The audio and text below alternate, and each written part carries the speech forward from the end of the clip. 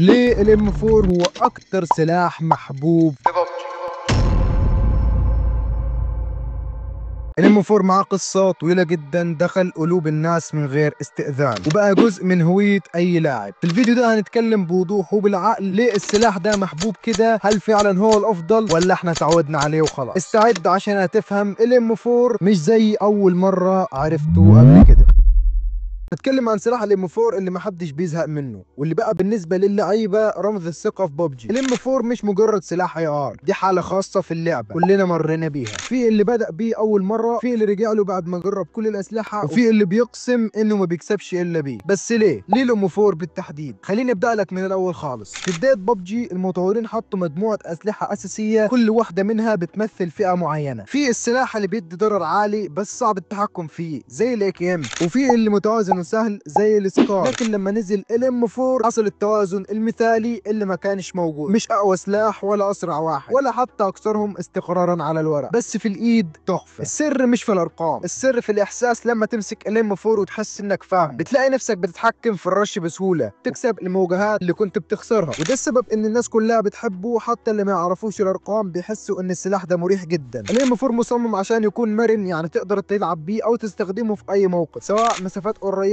متوسطه بعيده. كل اللي بيغير الاداء بتاعه شويه هي الاتاتشمنتس او الملحقات الصغيره اللي بتتركب له، بس دي مش حاجه بسيطه، دي قوه جباره. لما تركب السكوب او الستوك او باقي الملحقات مظبوط، تحول السلاح من كويس الى سلاح مرعب. واغلب الناس فاكره ان الام 4 حلو عشان ضرره ثابت، لكن الحقيقه ان قوته في انه سهل يتظبط. اي سلاح تاني محتاج تدريب طويل عشان تسيطر على الريكويل، لكن الام 4 ممكن تتقنه في يومين لو عارف انت بتعمل ايه. طبعا زي ما انتم عارفين الاي كام اللي رصاصه واحده منه ممكن تخلص اللي قدامك، طبعا لو كانت هيت شوت، بس ولا واحد فيهم بيديك نفس الثقه اللي تتحكم في الرش من اول رصاصه لاخرها في الام 4. بيخليك تحس انك مسيطر من الاخر حتى لو مش احسن لاعب، وده احساس غالي جدا في لعبه زي بوب. ناس بتتكلم عن الضرر بس قليل اللي بيتكلم عن التحكم او الريكويل هو الفرق بين اللاعب اللي بيكسب واللي بيخسر بعد طلقتين وهو لسه بيعدل الايم بتاعه. الام 4 بيساعدك تشيل الفرق ده. تعال نحسبها بالعكس. معدل اطلاق النار فيه مثالي، لا هو بطيء زي السكار ولا سريع لدرجه الجنون زي الجروزا او الاوزي او البي 19. ضرره مش الاعلى بس مستقر. الريكويل او الثبات فيه منخفض، خصوصا لو عندك فيرتيكال او انجلد جريب، والمجالات كبيره كفايه انك تواجه اكتر من عدو من غير ما تعمل ريلود بسرعه. كل ده يخليك تحس انك ماشي بسلاح جاهز لاي سيناريو او ردة فعل سريعه. يعني لو نازل بوشنكي ولا مسافرين او حتى بتلعب على اخر زون او لاست زون، الام 4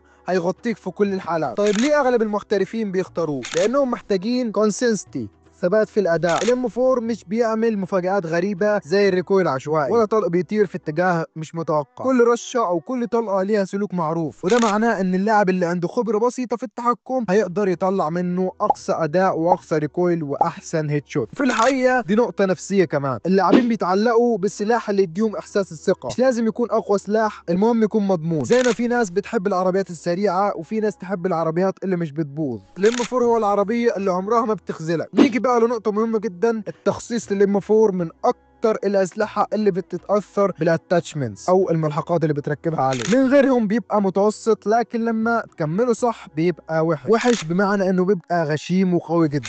تعال نشوف مثال بسيط. لو ركبت الكومبنسيتور مع الفيرتيكال جريب او التكتيكال ستوك، هتلاقي ان السلاح بيتحول تماما، بيبقى ثابت جدا والريكويل بيختفي تقريبا. وده اللي بيخليه محبوب عند كل الناس من اول المبتدئ لحد المحترف. كل يقدر يظبطه بطريقته ويطلع اداء مختلف. في نقطه ناس كتير مش بتلاحظها، وهي ان صوت الام 4 نفسه مميز جدا. صوت الطلقات خفيف ومرضي، مش مزعج زي الاي كي ام ولا مكتوم زياده زي الكيو بي زد. صوته يخليك تحس انك بتضرب بثقه، ودي تفاصيل صغيره بس بتاثر نفسيا جدا على اللاعب. في سبب ان اغلب اللقطات اللي فيها سبراي او كنترول او قتلات احترافيه بيستخدموه فيها الام 4، مش بس لانه قوي لكن لانه ثابت وسهل وصوته واضح ويخليك تعرف كل رصاصه رايحه فين. تعال نقارن شوي. لو حطينا الام 4 جنب الاي كي ام، الاي كي ام اقوى في الرصاصه الواحده، بس الام 4 اسرع في معدل الاطلاق واهدى في التحكم. يعني في المتوسط وقت القتل التي تي كي مش بعيد جدا، لكن الفرق انك بالام 4 هتقدر تعمل سبراي ثابت، انما بالاي كي ام هتضطر تعمل سلاح سنجل عشان تسيطر. وبرضه اكيد طبعا في المرحلات الكبيرة أو الناس المحترفين بيعملوا بيه سبراي عادي حتى لو بالام 7. لو قارنا الام 4 بالسكار هنلاقي ان السكار اسهل في البداية، لكن لما تتعمق اكتر في الام 4 هتحس ان الام 4 اكتر مرونة في الاضافات بتاعته، هو اللي تقدر تتحكم فيه اكتر لما تركب عليه الاتاتشمنتس كاملة. يعني ببساطة كده الام 4 هو الحل الوسط الذكي اللي بدي اقصى تحكم باقل مجهود. ودلوقتي نخش على الحتة اللي ما حدش بيتكلم عنها نهائيا، الجانب النفسي. اللاعبين عندهم ارتباط عاطفي بالام 4 لانه اول سلاح فعلا حسوا انهم بيكسبوا بيه، كان هو اول جلitch، اول 1 في 3، اول وينر تشيكن دينر غالبا كان مع الام 4، وده اللي خلاه محبوب وثبات الام بتاعه، لكن عشان مرتبط بذكريات النجاح الاولى، ودي حاجه ما تتشالش بسهوله من اي لاعب. اللي حصل بعد كده ان السلاح ده بقى معيار، اي سلاح جديد بينزل في اللعبه الناس على طول بتسأل هل السلاح ده احسن من الام 4؟ يعني بقى هو المقياس اللي الناس بتقيس عليه كل حاجه، وده مش سهل، دي مكانة بنت عبر سنين كتير من اللعب والتجربة. في كمان عامل تاني، المحتوى، كل الستريمرز واليوتيوبرز بيستخدموه، فطبيعي الناس تتعلم عليه تقلدهم وتحبه، ده بيخلق دايرة بتخليه دايما في القمة. بس السؤال المهم، هل لسه يستحق الحب ده كله؟ الإجابة أيوه، بس بشروط. الام 4 ملوش معنى لو مش مظبوط كويس في الثبات بتاعه، يعني لو من غير اتاتشمنتس مظبوطة هيبقى متوسط جدا او حتى تحت المتوسط، لكن لو ركبت له الاتاتشمنتس او الاضافات الصح يبقى السلاح كامل متكامل مش هيخذلك ابدا. في التحديثات الجديده ساعات بيضعف شويه او بيتاثر، وده دليل على ان تصميمه متوازن من الاساس، مش مجرد